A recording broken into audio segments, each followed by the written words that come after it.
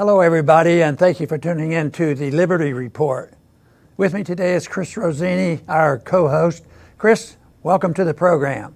Great to be with you again, Dr. Paul. Good. I want to talk about counterfeiting, and most people know about counterfeiting of the money, but I want to talk about the counterfeiting of the money and the counterfeiting that exists throughout our society, and actually it's worldwide too when you think of all the fake news going on, and that's what we live with. I was thinking the other day when one of our esteemed leaders was giving a report, I think he worked for the State Department or something, and I got to thinking, I can't remember of him ever addressing the nation in a press conference where I didn't think he told a lie or many lies. There's just zero confidence. And that to me, I mean, the whole thing is the system is counterfeit, the money's counterfeit, the economy is counterfeit. But everybody's feeling pretty good right now. Of course, the markets statistics are showing that things are booming in this country. And this, of course, has some drawbacks because it's really starting off with the counterfeiting that we've lived with for a long, long time, and that's the counterfeiting money and the monopoly control of fiat money. But I want to start by mentioning what the founders thought of this, because they were very concerned about counterfeit money and fiat money because they had gone through the destruction of the continental dollar, so they didn't want the counterfeit money to come back up again. So very early on, as early as 1790, they had a bill called the Crimes Act, and it was the first Congress to meet, and they started talking about some of the federal laws that they had to have. They said that we don't want a lot of federal laws, but money was important, and it was listed in that bill, as a major crime. But then a couple of years later, our government had to be more specific about the currency and define the currency. And it's a major piece of legislation that was the Coinage Act of 1792. And they concentrated on definitions and penalty for things like treason and piracy, and not a whole lot listed in the Constitution. But they talked about counterfeiting money. They talked about fiat money and debasing the currency. Now I want to read one little phrase that comes out of this because they were very, very concerned about it. And just remember, they also were the ones that wrote the bill, wrote the Eighth Amendment, and said there should be no unusual and vicious penalty. So, but here's what they think should happen to somebody who debased the currency. A person who commit any or either of the said offenses shall be deemed guilty of felony and shall suffer death. Well, that's pretty extreme for all of us now. I mean, it's a mess, but I think they understood the seriousness. That's obviously the point I'm making is counterfeiting and lying, especially in the money area, is a very serious matter, even though the counterfeiter can get away with it for a long time. And it took a long time for them, those individuals in charge, our central bank and our government, to convert a sound currency into one that's totally fiat. It's 100% counterfeit. And now I believe that we're suffering the potential calamity that comes from counterfeiting and lying to the people and pretending all is well. And every day now, especially with the hearings going on and the impeachment process, how many great leaders we have now, Republicans and especially the Democrats, we have to obey the Constitution. And when it comes to war and peace and money areas, they have no more concern about the Constitution. Maybe they don't have no comprehension, but they certainly brag that they're following the Constitution.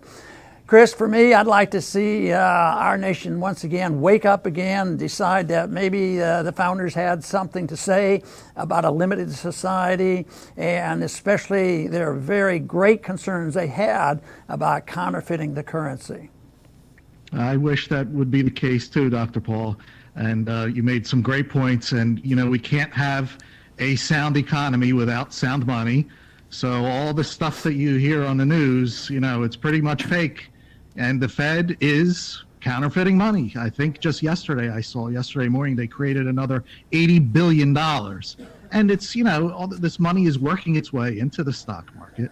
And the president has equated the stock market with the economy. The stock market's up, he's doing a great job, and the economy has never been better. But nothing could be, further from the truth. We have a situation where half of Americans are living or receiving federal money, meaning one half is supporting the other half. And then you have half of Americans that are making less than $33,000 per year. And, I ask our viewers, how many people do you know that are actually living in the black, that their assets are way more than their liabilities? I don't know that many. Most people are swimming in debt, just like the government itself.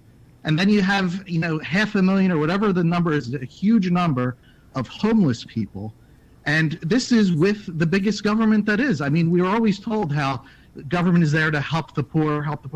No, it's the exact opposite. The bigger they get, the more poor there are.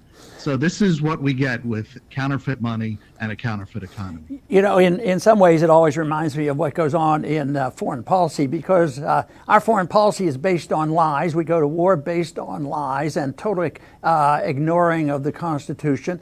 And that's what happens, with the financial system, too.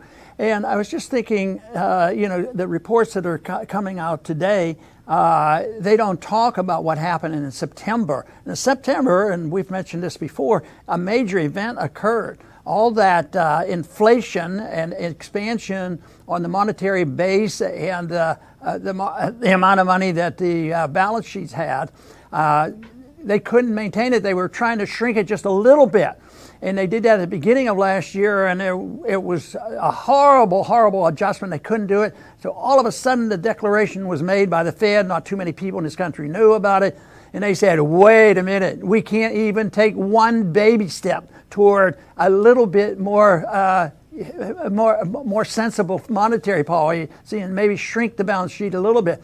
So they panicked, and they actually created trillions of dollars. The balance sheet has gone up $300 billion. But they really pumped it in, and they're continuing to do that. So it's just on a lark now, and people say, oh, it's okay. But what they don't realize is, and you mentioned it, Chris, is you can't say when the stock market goes up that is a sign of everything being okay. There's nothing counterfeit about it. And the whole point is, it's exactly the thing that we should be looking at and realizing, because the credit is being created endlessly. There's no attempt to protect against a runaway inflation, so they continue to do the same thing. And this is something that they realize now that they can't do it. But what happened in September was the repo market, where they had to buy back their loans, and then the interest rates are overnight rates, 1 to 2%. All of a sudden, they shot up to 10%, and the Fed had to come in with these billions and billions of dollars to tide it over and change their whole policy. And one of the reasons why the banks don't have enough money is always a shortage of money, especially when you have a lot of inflation. They were short money, but it has a lot to do with a $1 trillion national deficit each year, and it's supposed to go up and not be alleviated at any time in the future that they can conceive of. So that's where the money has to go. And I'm always fascinated with this idea that when the consumer looks at price inflation, they never say anything about the Fed and the government and the shortage of purchasing power. They always say, I don't have enough money. But they should say, I don't have enough purchasing power. Because actually, when you have sound money, the purchasing power of your currency goes up again, and there's not a shortage of money, and there's not a shortage of purchasing power. But now it's generally said that we just need more and more, and they are addicted to it. And it serves a purpose. The financial markets love it. The liberals like it for their welfare program. The military-industrial complex loves it. And this is where you really see the alliance, the coordination and the collusion of all the leaders in the Republican and Democratic Party, because just a couple of weeks ago they passed the budget. And it had all these atrocities in it, and nobody hardly said a word about it. And so the whole system, the process is bankrupt, and it's counterfeit and a pretense because they don't even talk about what is wrong.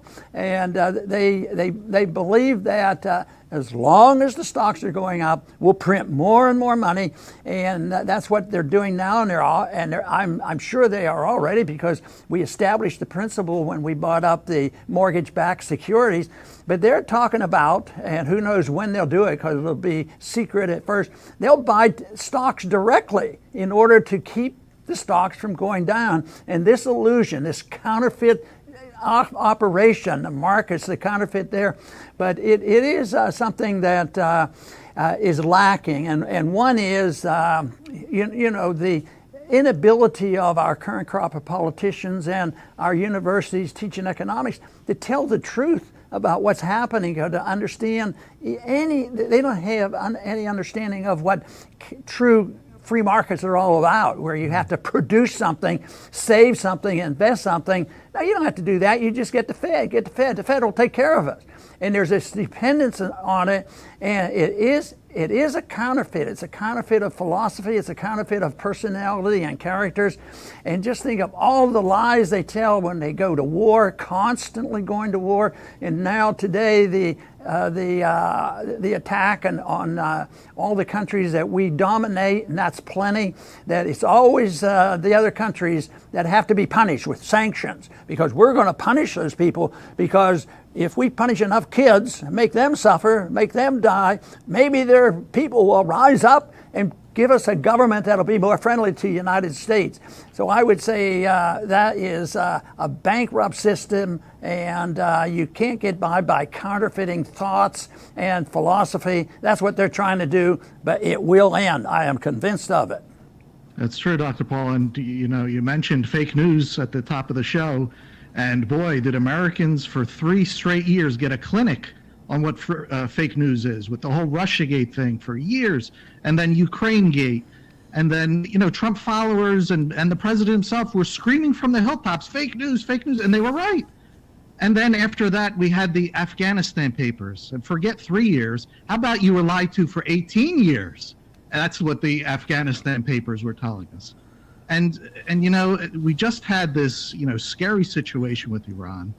And, the same people that were crying fake news went to these outlets, found out what they're supposed to think, and then just started repeating it word for word. And I'm thinking to myself, what are you doing?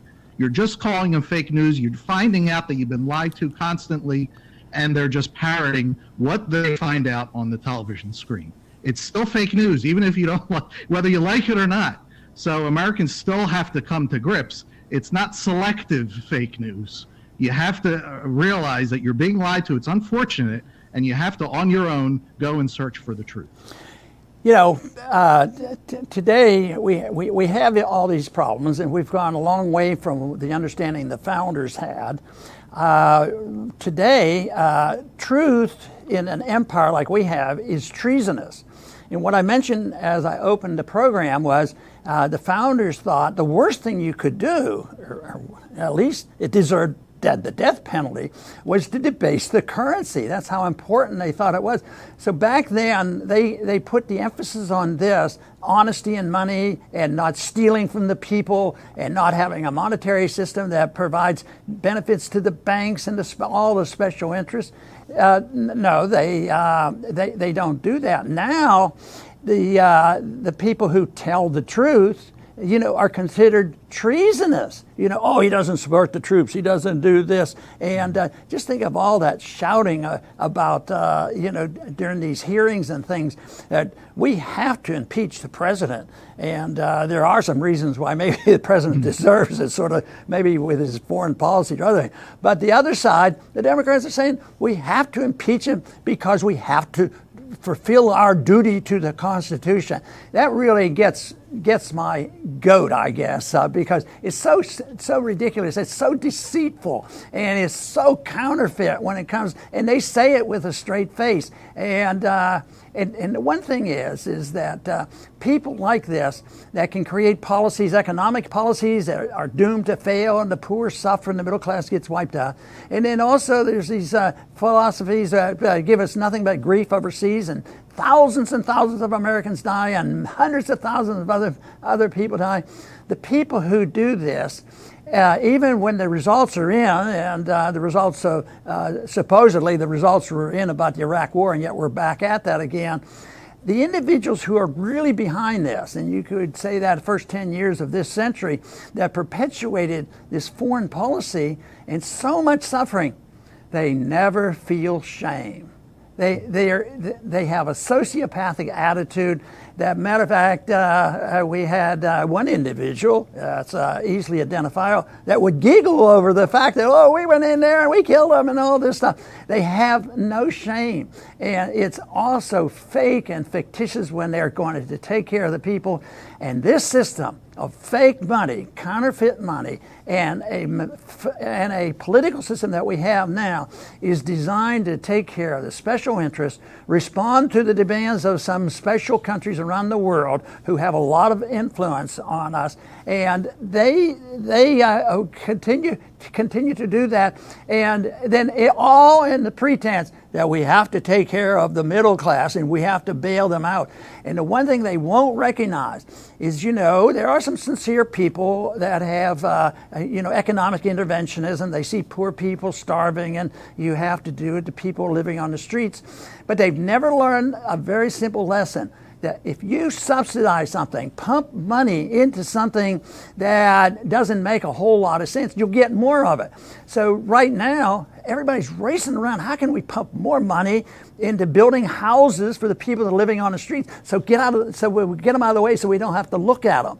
So that's they do that, and they think they're not going to get more. And we end up with more and more. Just think about it. Hopefully, we will, as a nation, wake up and decide that maybe counterfeit money in a counterfeit society and lying becoming treasonous. Maybe we should reject all that. And I am convinced it's possible because I meet a lot of people and talk to a lot of people that believe this, but we don't have a lot of say in Washington. But I'm also a believer in that ideas have consequences and it makes a difference. So ideas eventually permeate and will influence the government, because the ideas of the founders were one thing, but just look at what's happened in our country past 100 years. So the ideas that have been pumped into us through our universities have had an effect. So, Chris, we need to keep at this and build our numbers, and our numbers are growing. We are getting more people watching our program. Yeah, it's wonderful, Dr. Paul. I'll finish up by saying, it's up to each of us to, decide whether or not we're going to bathe in these lies that we're constantly told. And for those who are joining our show, you obviously don't like them anymore. So thank you for that. And what we just have to do is discard, the temporary things in life and look for the permanent. All this stuff, this fiat money, it's temporary. Our U.S. government is not the first one to think it up. And, empires, obviously, are temporary. Think of all the empires that have existed. Big governments are temporary. They always run out of other people's money. So are bubbles. We could think back to the people flipping houses and lotteries for Florida houses and all the dot-coms, all temporary stuff. They're not lasting. So you want to look for the permanent. Gold has been money for 6,000 years. It's a good bet to have some gold in your possession. And, if you realize some of the economic laws, not just economic, all the natural laws, these are unchanging. They're not temporary. Truth is permanent.